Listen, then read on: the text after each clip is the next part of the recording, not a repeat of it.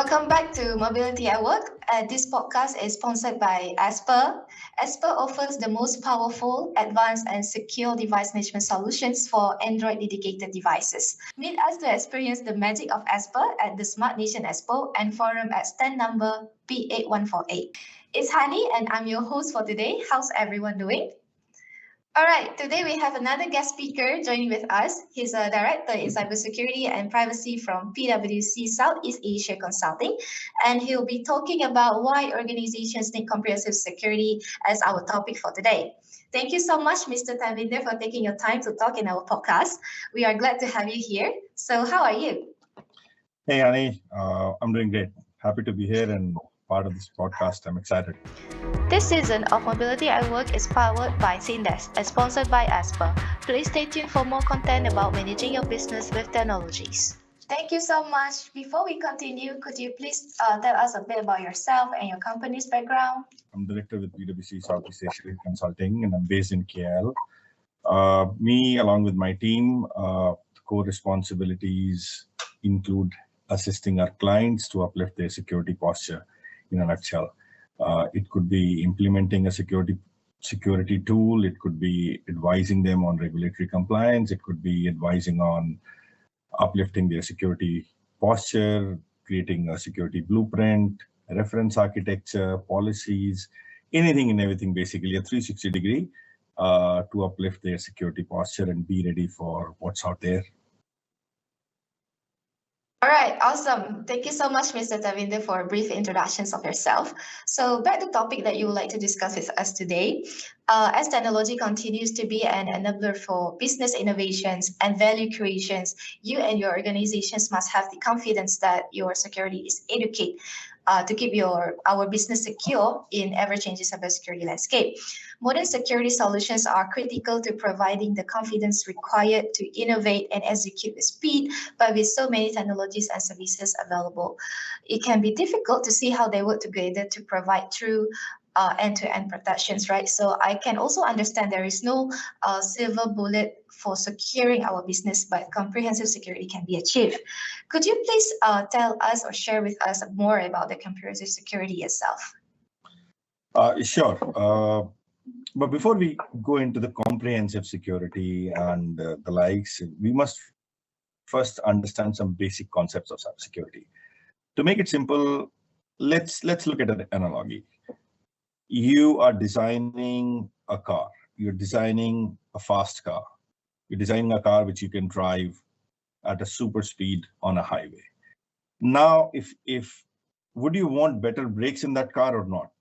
Obviously, yes, because you're driving fast, you need better brakes, right? So in this scenario, the car is your organization. The acceleration we're talking about is digital acceleration, digital adoption, and the brakes here are the cybersecurity posture. So the security is not a roadblock, it's enabler. You want to run fast, you want to drive fast, you better have better brakes in your car, right? So that's an analogy, and this applies to organizations as well, where we are building organizations, we're building digital organizations, we are moving towards adoption of new digital platforms at a breakneck speed to gain customers, to be better in market, better visibility, new products, right? So in that scenario, if you're adopting a new platform, you're also adopting the vulnerabilities along with it. Any shortcomings, any security issues in that platform, that's also you're adopting. So now let's take a step back and let's talk about the comprehensive security. We talk about comprehensive security. It's not just about tools. Our tools are merely the medium towards achieving a comprehensive security, or rather say uplifting your security posture. To be able to use these tools effectively, efficiently, and collectively, you must first have a plan or a security strategy in place. How all of these tools are going to come together, how all of these tools are going to be give you a unified posture there. So we have to understand what is that we are protecting. That's the second aspect. Tooling is one, how they collectively work, but then you also need to understand what you are trying to protect. what are your crown jewels? Where are these crown jewels? What is the criticality of these assets in your overall ecosystem? Obviously, not every platform, not every crown jewel is equal in its value. So you need to understand what you're protecting, what's the value of these crown jewels, and then you have to prioritize which one you need to protect first. So basically, this is all this information, strategy, understanding where the tools are, what crown jewels you have. This is how this will assist you in formulating a strategy where these tools will be used to achieve the desired outcomes. As I said, tools are a medium. The design, the strategy, how you can collectively use these tools, that's what is going to help you arrive at a desired outcome, which we call it comprehensive security or a better security posture. So, as I said, a good practice is to first measure resiliency, understand what you're trying to protect, and then devise a plan to create a security strategy, a comprehensive security strategy that suits your organization's posture. It has to be bespoke, it has to be fit for purpose. This season of Mobility at Work is powered by Syndex and sponsored by Asper. Please stay tuned for more content about managing your business with technologies. Thank you so much for starting to point this image of cybersecurity for us. I can tell that a comprehensive security strategy is quite important, but still, could you please enlighten us further on the importance of this comprehensive security strategy, especially given that most organizations have introduced hybrid modes of business since COVID-19 pandemic hit us nowadays, right? Yes, I think a very fair and timely point. As I said earlier, there is a strong adoption of digital and cloud-based platforms in the last couple of years. This trend has been further accelerated by COVID-19 restrictions when people were not able to be in office to work or be in the market to physically transact. So the customer side led to remote working, the staff led to remote working, and that meant the transactions had to happen in a digital realm. This led to organizations to have more digital integrations with suppliers, with customers, and so on. So in traditional cybersecurity, everything is based around a perimeter. Staff works out of a designated building. We know where the physical boundaries of this office are. We have a data center there. We build cybersecurity around it, strategy around it. We have a firewall, we have gateways. So the basic notion is that there is a perimeter, and anything outside that perimeter is untrusted. Anything inside the perimeter is trusted, and any transaction which has to move from inside of this perimeter to outside has to be authenticated, evaluated for security risks. But in the current scenario, the perimeters are expanding. Staff is working from home. We are digitally connected to our suppliers, upstreams, downstreams, digitally connected to our customers. The perimeter is getting diluted. Employees are working from remote locations. Customers are consuming services from remote locations. We are hosting our applications on cloud. So the existing controls, which were based on the idea of securing your perimeter, they are not enough. Our perimeter has expanded. Our perimeter boundaries have got diluted. So we have to start thinking and planning on how to secure this perimeter-less ecosystem. Because if perimeter doesn't exist, our controls are not that efficient anymore. So this is where one of the most well-known and adopted frameworks called Zero Trust comes in. The basic principle of Zero Trust is never trust, always verify. This doesn't mean that we need to cause inconveniences to users or to our consumers, but it means that in a background, the ecosystem is designed such that whenever the data is moving between 2 points, an application to a data center, a user to an application, everything is by default deemed to be without perimeter. So by default, everything has to be first authenticated before making it way into the ecosystem. Any movement of data between a user or a machine, an application or a machine to machine, it has to be authenticated.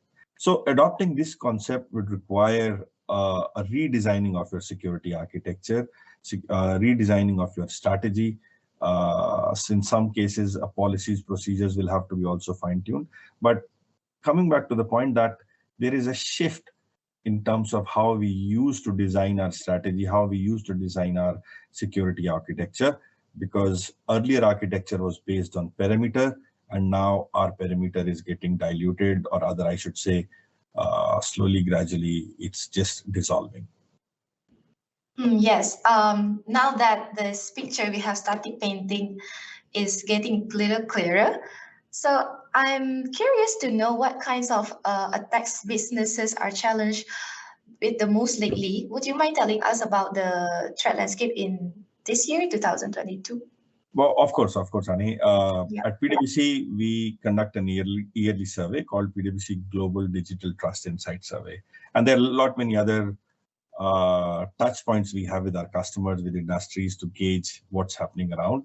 And of course, Hani, at PwC, we conduct a lot of surveys. One of them is a yearly survey called the PwC Global Digital Trust Insight Survey. It's available on our site as well, where we analyze the data to be released to the general public. Threats are one of the aspects we look into. And we have come up with some findings for 2022's threat landscape.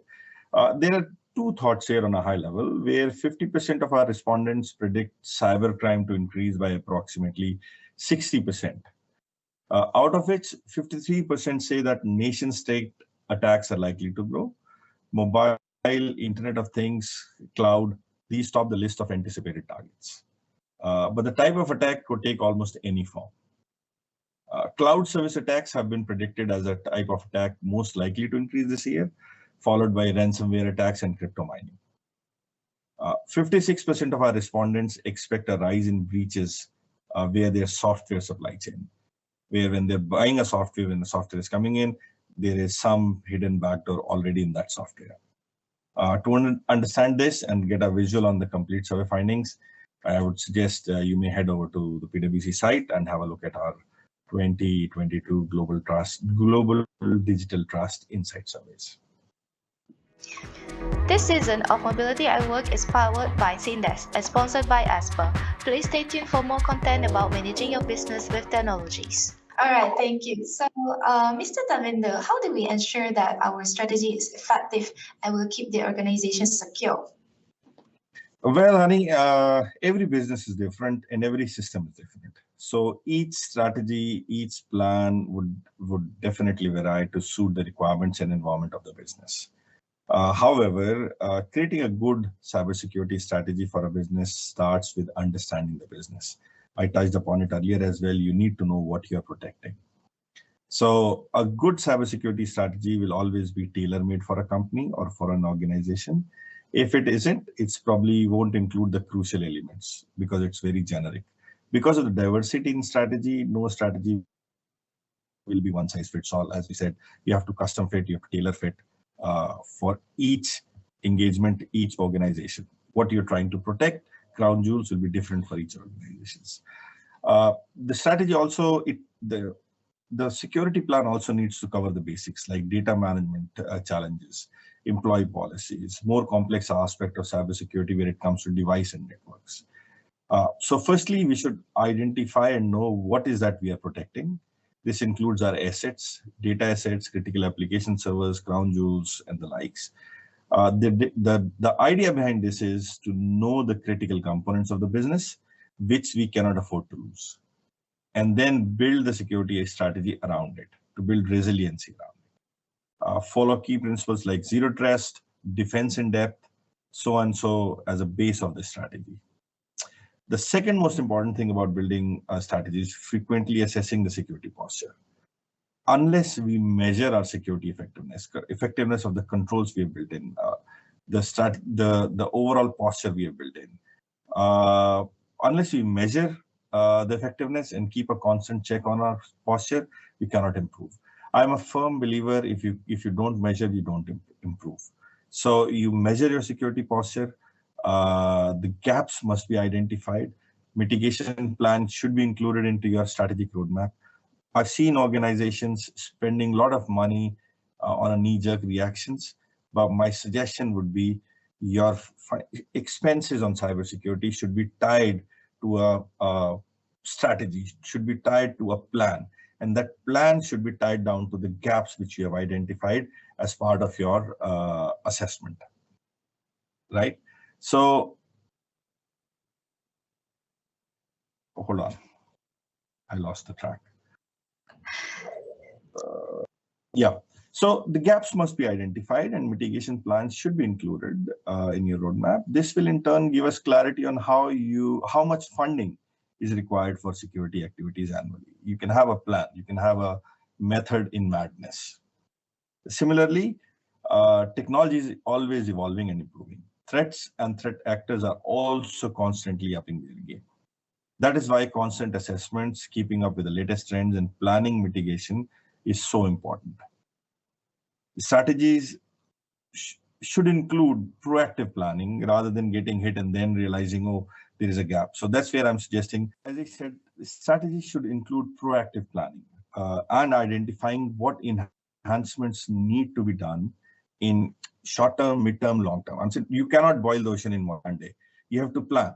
You have to find what needs to be done. Then you have to align it basis your prioritization. What are things which need to be done now versus what are things which can wait?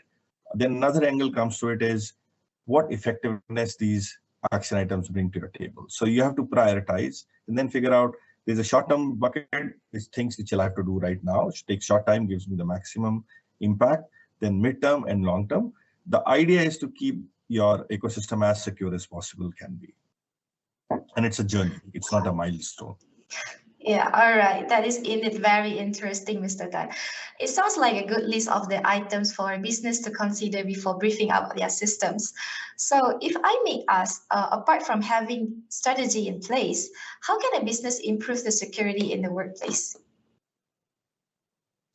Well, all the technical talk aside, you can have $1 million security tools controls in place, but the weakest link in the chain, and we have a agreement across industries that weakest link in the chain is people and the lack of security awareness.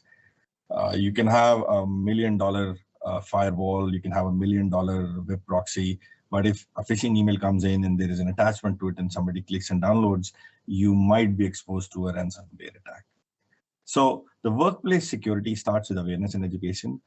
My recommendation is that businesses should invest more on in-house training, in-house awareness, explore ways on how security awareness can be uplifted upon amongst the employees, doing a monthly webinar, conducting internal seminars, presentations, talk sessions, bringing in SMEs from other peers companies to come and share the best practices, use gamification, boot camps.